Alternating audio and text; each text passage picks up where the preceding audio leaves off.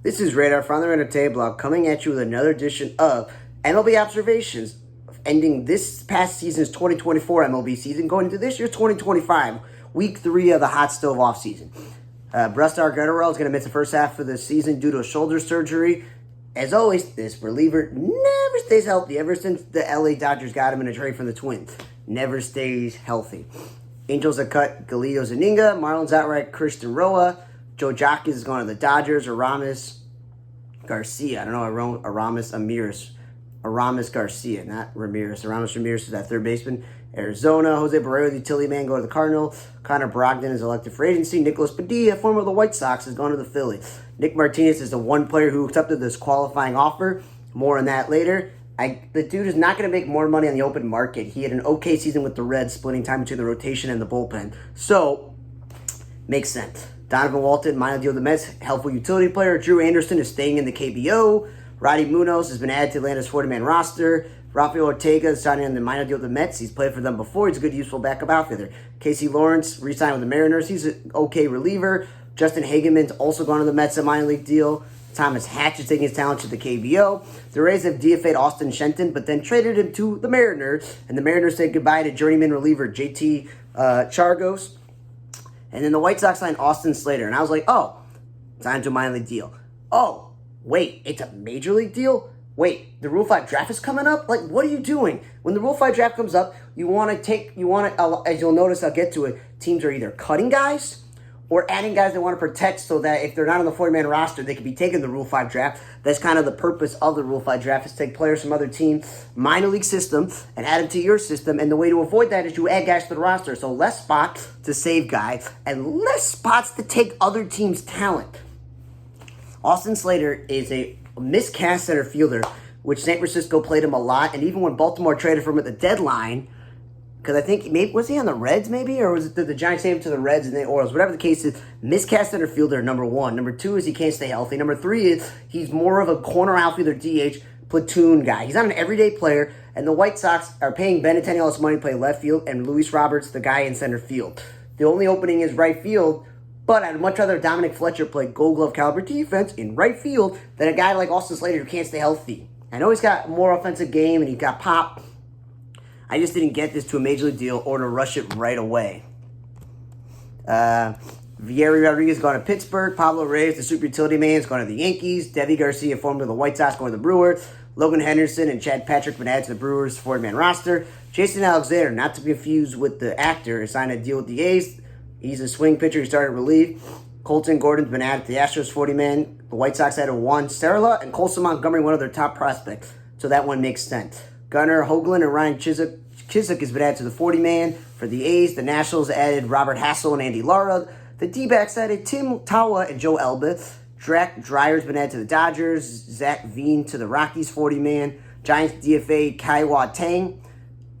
Omar Cruz, Henry Bias, and Ryan Berger been added to San Diego's. Red Sox DFA Brian Mott and Isaiah Campbell. Phillies outright John McMillan. Cleveland DFA Franco Amini and Nick Enright and Doug Niskies, but added George Farrell, Peter Sherlock, and Connor Gillespie to the 40-man roster. Cubs DFA Brendan Davis and added Adbry Alizé. The reason that's important is Alizé came into the season as their closer.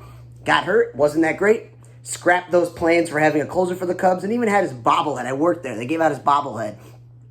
And at that point, when they gave out the bobblehead, no one wanted it. So that's surprising they let him go. Tigers DFA'd Eddie's Leonard, Ricky Navasco, Brandon White, but add Chase Lee, Tutter Mason, and Tyler Owen. Texas adds Emilio Medillo, Max Acasa, Winston Santos. Well, Twins added Marco Raya, Travis Adams to the 40-man. Royals added Noah Cameron, Lunar Avila, Eric Cantola. The Yankees add Caleb Durbin, Jesus Rodriguez. Orioles add Cade Stroud and Brendan Young. Angels said goodbye to Jordan Adams and Eric Wyman. Red Sox had Hunter Dobbins and Justin Garcia. Reds had Tyler Cannon and Luis May. Cardinals added Matt Corsa, Tink Hentz, Takol Roby, and Matt Svanson. And the Rays said goodbye to Richard Lovelady, the journeyman reliever. Marlins added Davison De Los Santos, Jared Stern, and Dax Fulton. Matt Crook has gone on minor deals with the A's. Trenton Brooks, minor deal with the Padres. Seth Brown avoid arbitration. The A's should just keep this guy because he's a useful outfielder. Sandro Fabin, apparently, I've never heard of this guy, gets a 3-year deal to go to Japan. Good luck there. Jahmai Jones, a super utility infielder that the Yankees have used in the infield and the outfield because he could play both. This year, he's on a Tigers on minor league deal. Red Sox signed former Royals outfielder Nate Eaton and former White Sox, D-backs, Mariners, etc. catcher Zevi Zavala. The Red Sox just, that's good organizational depth. Have Zevi Zavala as like a third-string catcher. Nate Eaton, he's good enough defensively as a backup. Twins have re-signed Junior Severino and Scott Blewett. Blewett is a great name for a reliever who blows it. The Mason Thompson avoided arbitration with the Nationals, and Tristan McKenzie avoided arbitration with the Guardians. Surprising. Guardians made this amazing run this year with Bybee leading the rotation with Shane Bieber gone because of injury, and McKenzie, they just demoted him. So at least Cleveland's going to go back to the well with Tristan McKenzie, because at one point he was their best pitcher. He was one of the top tier pitchers in baseball for a couple of years. Maybe he will rebound.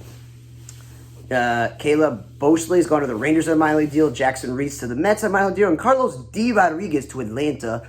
And lastly, the Mets signed Hobie Harris to a minor league deal and Joey Meneses. Interesting enough, Joey Meneses was like I think an all-star for the Nationals. He was everyday first baseman. He had a great season. And then he just started to struggle after that one season until he got demoted a few times this year. And it looked like he became a free agent. And the Mets picked him up. If they don't re-sign Pete Alonso, maybe buy low candidate on Joey Meneses, because again, I don't think JD Martinez or Jesse Winker is coming back, so there could also be an opening at DH. Now then, the David Bell, former Reds manager, has been joining the Blue Jays baseball operations as the vice president. Guess what happened? John Schneider, ever since he took over for Charlie Montaneo, when they fired him after making the playoffs, and Schneider's been the manager, the Blue Jays have had some expectations that they're good enough to make the playoffs, and they sometimes do have the talent. I don't think they have it now, but he's been on the hot seat, John Schneider. So you know what happened? If they decide to fire John Schneider this season at some point, what did David Bell do? He managed the Reds. Even though the Reds were terrible, he managed them for a long time. And his family blood is that they're all like Buddy Bell has managed before. So you could see him maybe becoming interim manager. Just put that in your brain and store it in the back for that. Sean Larkin, not to be confused with Shane Larkin, the NBA player, is now the new Diamondbacks third base coach after Prezala has left him, or Perlazia, however you pronounce his name. Congratulations to Luis Gill and Paul Skeens winning Rookie of the Year. I've said this on my podcast, and I've said this before. It's cool that you wanted to nominate Paul Skeens for Rookie of the Year because he was a phenom from the minor leagues, college. He's super famous on social media. His girlfriend's famous. He started the All-Star game. But he had another rookie teammate, Jared Jones, who wasn't bad. So it's not like he is a rookie who was most impactful. The Pirates were terrible last year. They were really bad. Number two is Jackson Merrill played a new position. He was a shortstop his whole entire life until he makes the Padres. And they're like, bro, you're going to play center field because we have Hassan Kim, Bogart, Jake Cronenworth, Manny Machado, Tatis. You name it. You have so many shortstops, and Profar is a natural-born shortstop that you're going to play the outfield with Profar and Tatis in the corners, and you're going to be center fielder. Well, guess what? Tatis is going to miss time. Cronenworth's going to have a disappointing season. They're going to trade for Luis Ariz eventually. Hassan Kim's going to miss time. Bogart is going to miss time. Machado's going to miss time.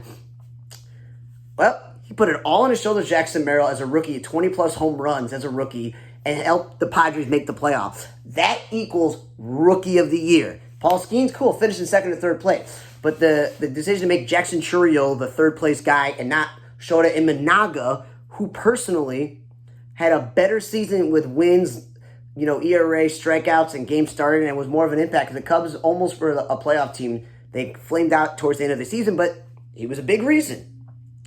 And then it came to like the first team All-MLB and even the Cy Young voting that they put Paul Skeens on there because of his name. He shouldn't have been on the first team All-MLB, and he should not have been nominated for a Cy Young. And I would go to Luis Hill. He was really good at the beginning of the season and then tailed off just before the All-Star break. And guess what? He didn't even make the All-Star team. So you're thinking like, okay, the guy doesn't even make the All-Star team. How is he going to be Rookie of the Year? And then he's bounced up or down, and then he kind of picked it up a little bit in the playoffs. And the mistake was putting him and Austin Wells, two rookies on the Yankees. So yeah, the Yankees went to the World Series, but I don't think either of them were the reason they got there. We know it was about Judge and Soto and Garrett Cole and Carlos Rodon, but I digress on that. And that Mason Miller is nowhere to be found on here, and he was an incredible rookie closer who was a hot commodity at the deadline until he missed a week or two. Like, that guy should have been nominated. At the same time, I think if you gave it to Colton Cowser, I think he made more of an impact on the Orioles because the Orioles bounced through a lot of players this year and they had a lot of injuries, and he had to overcome it. He played center field and left field. I'm not sure if he made the All-Star team, but either way, he had a really good season. He made more of an impact. Giants continue to rework their front office with Buster Posey and Randy Wynn. They added Bobby Evans and Jeff Berry as advisor. MLB Network is announcing they're giving early retirement as an option to people instead of firing them, which is nice that they're just not going to flat out fire them, but that's weird that they're not making enough money there.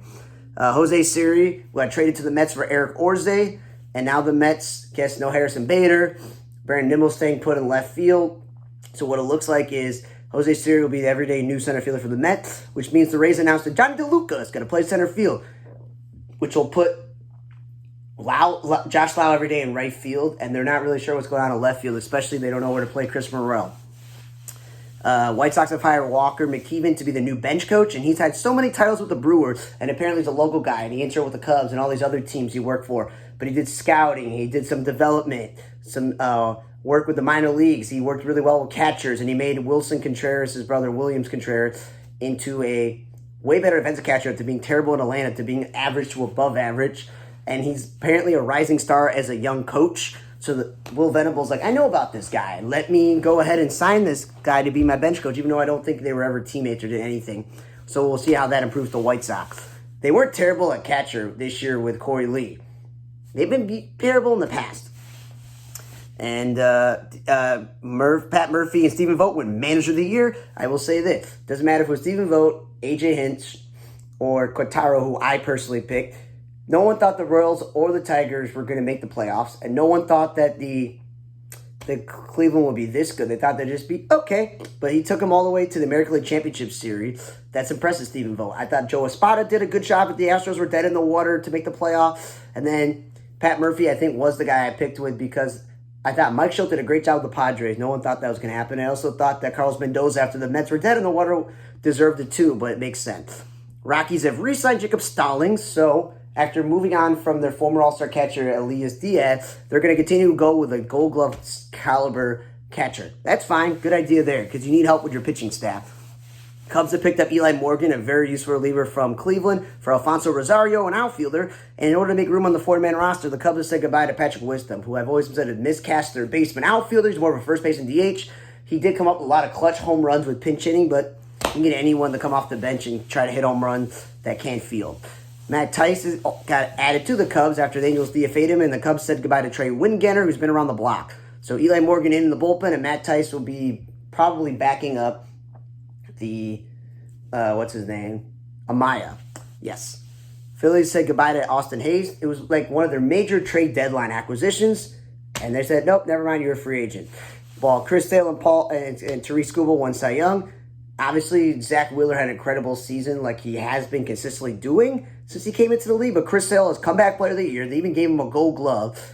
He was an all-star. Like, the Braves were lucky that he was there because, obviously, they without Spencer Strider. Makes sense. Tariq Skubal was clearly the winner of the Cy Young. Seth Lugo had an incredible year. And if the White Sox handled Garrett Crochet better instead of these weird, like, skip his starts, have him go 3 or 4 innings, and then he just started being terrible and not being used a lot, it would have been a lot closer race. But those guys make the most sense. And AL MVP, Aaron Judge, makes sense. Because obviously they gave Juan Soto a ballot option, and Jose Ramirez is an option. And there was a few other guys, but those were the 3 guys, and Bobby Witt. Those are like the 4 main guys on there. 2 Yankees teammates, Bobby Witt and Jose Ramirez for the most part. And I didn't think both guys on the same team should have been nominated, one or the other. And leaving Jose Ramirez off the initial top 3, but Judge obviously had an incredible season, and Ohtani had a great statistical season. I will say this again. The Dodgers would have made the playoffs. They probably would have won the World Series because it wasn't like Ohtani was lighting the league on fire in the postseason every single series or even in the World Series. The Dodgers had some unlikely cast members like Kiki Hernandez and Tommy Edman and sometimes Max Muncy and, of course, Freddie Freeman and Mookie Betts. Like, this team, despite missing 2 almost whole rotations, we're a playoff team, have all the money and all the players before Ohtani got there. And when Ohtani was on the Angels, they were terrible. And guess what? Without Ohtani, they're also terrible. So I don't know how that's most valuable. And then when you give the voting down to like the Ketel Marte and Lindor should have been the real MVP. And no offense to Ketel Marte, I've said this, I'm a huge fan of him. But I think that Marcell Ozuna held the Braves afloat with all the injuries around him. He had an incredible season as a DH. But of course, the guy that gets the most on the season is obviously going to be Ohtani at the DH. Astros fans, your ballpark is no longer going to call Minute Maid Park. It's now Dinkin Park, which sucks for me. I want to go there and see the Minute Maid signage and all the stuff, so it kind of looks like when the White Sox won the World Series over there. The Rays 2020 stadium is in jeopardy. There's more on that I'll get to quickly in a moment. And yeah, one sec.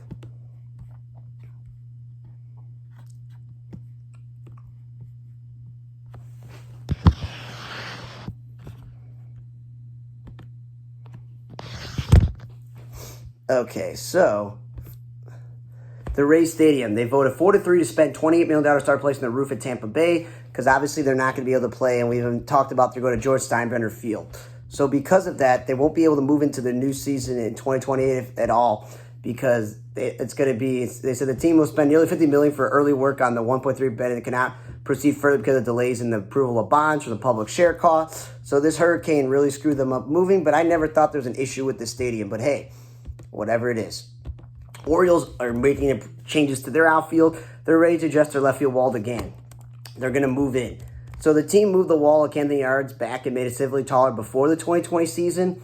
And now the team said they announced they overcorrected and will try to make it a happier medium. So they're going to be moving forward, particularly in left field near the bullpens, reduced in height. So check out, there are probably images of what they're going to be. But yes, interesting changes up after a very quick turnaround. Number two. The next thing, the players, as I mentioned, Nick Martinez accepted it. The players who rejected it were Willie Adames, who had an incredible season. So, of course, same thing with Pete Alonso and Alex Bregman. Pitchers Corbin Burns, Max Fried, Sean Manaea, Nick Pivetta, Lou Severino. All of them make sense to decline it. Teoscar Hernandez had a one-year deal, and he proved it, so he deserves to become a free agent and make all the money. And Anthony Santander had a credible season for the Orioles, making the All-Star team. And Juan Soto, we know how incredible he is, and Christian Walker is consistently good. So all 12 of those guys make a lot of sense. Major League Baseball announced they will test robot umpires at 13 spring training ballparks this year. And then obviously that's 19 teams because sometimes they share it. And also it could lead to into 2026 if they actually do it. Rest in peace to outfielder Al Ferreira. He passed away at age 84. The former outfielder who had a 259 lifetime average, 51 homers and 190 RBI, played for the Dodgers, Padres, and Reds. And after baseball, he appeared as a contestant at Match Game 74. Again, and then he spent years as a greeter at the Sunstrip in Los Angeles before going to Sale, and then lasted 30 years there, and then he sold his business at 65, and then he decided to go back and call the Dodgers, so he worked in community relations departments, and he visited elementary schools, and Dr. Seuss booked the kids, could caution teens about the evils of alcohol, tobacco, and drugs. He entertained guests at some Dodgers home games, so that's pretty cool that he had this long life, even if it wasn't the greatest major league career, so rest in peace, Al Faria. And this year, the Major League Baseball announced all the first-timers. So the first-timers this year for the Hall of Fame are a lot of all-star players that I want to get to. So it makes a lot of sense that we talk about this because we got a lot of first-timers here. So first-timers, Fernando Rodney, longtime reliever and closer, who I feel is pitching overseas, but he's technically not playing Major League Baseball. Good player, not a Hall of Famer. Carlos Gonzalez, Cargo, really great slugger with the Rockies, but he kind of tailed off in his early to mid-30s and then nothing else, but he was an all-star.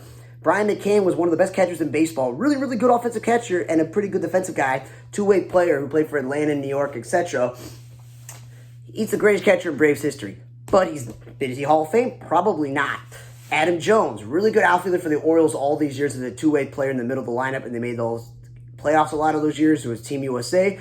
But the last 5 or 6 years of what his career would be, he went to Japan and then stopped playing. So not a complete career, but not a Hall of Fame. Russell Martin, just like Brian McCann, really, really talented starting catchers who known for their offense, but they were still pretty good defensively. They were two-way guys.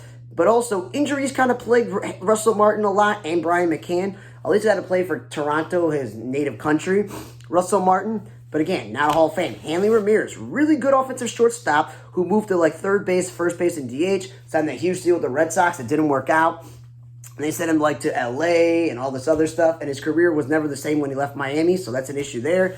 Curtis Granderson, probably the longest career out of anyone we've gotten to so far outside of Fernando Rodney, because he played until he was 40. And he was a useful everyday center fielder, then everyday useful right fielder, and then a left fielder, and then a DH. It was a mentor. And he gives back to the community. Really good player, just not a Hall of Famer. Likable guy. Ben Zobrist also had a long career winning some World Series, but he was a super utility guy who just was known for his bat, and he helped get 2 World Series, but that's a super utility guy. Troy Tulowitzki, like Hanley Ramirez, really talented shortstop in Colorado, but injuries plagued his whole entire career. By the time he left Colorado, it didn't really matter when he went to Toronto. So unfortunately, again, not a Hall of Fame career.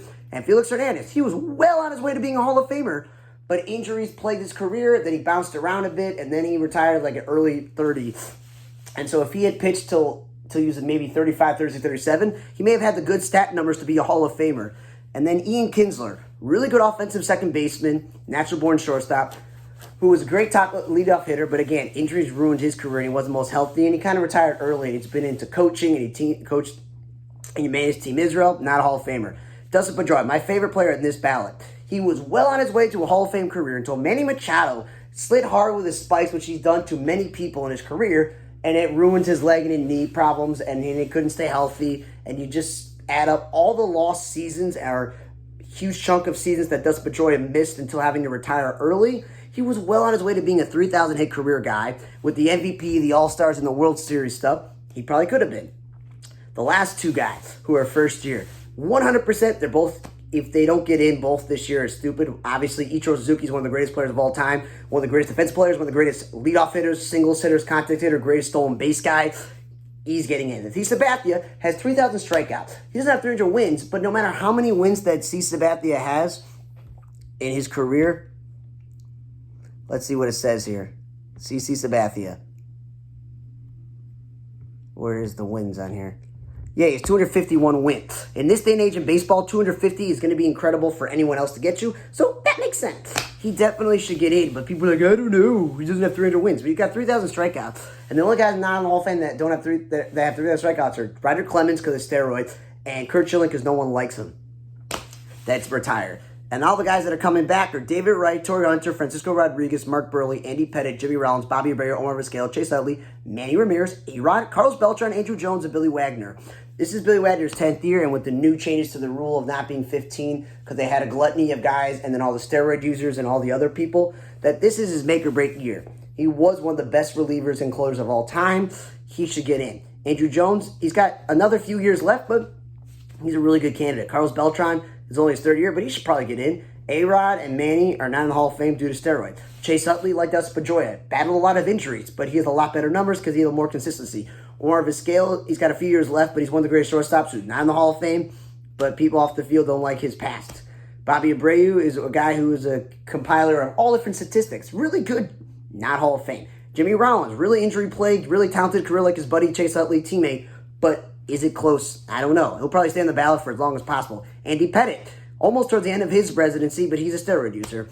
Mark Burley had a really good career, but he retired early. If he had pitched till he was like 40-something like Andy Pettitte, he may have had better numbers. And K-Rod is still one of the main relievers on the ballot because Joe Nathan's not, John Franco's not, Pat Bobaum's not.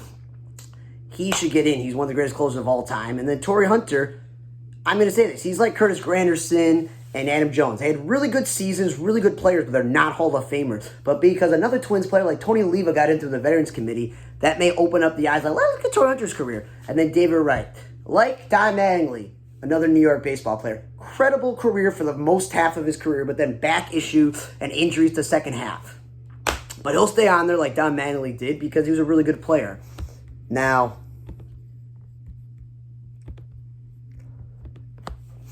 as I talked about all the awards, I talked about all the offseason moves and networks doing different things, and rest in peace to Al Faria, and what ballparks are happening and stuff. I know it's like been 20-something minutes into this video. I just wanted to take a moment. Yes, you see me wear a Red Sox hat because I like the Red Sox.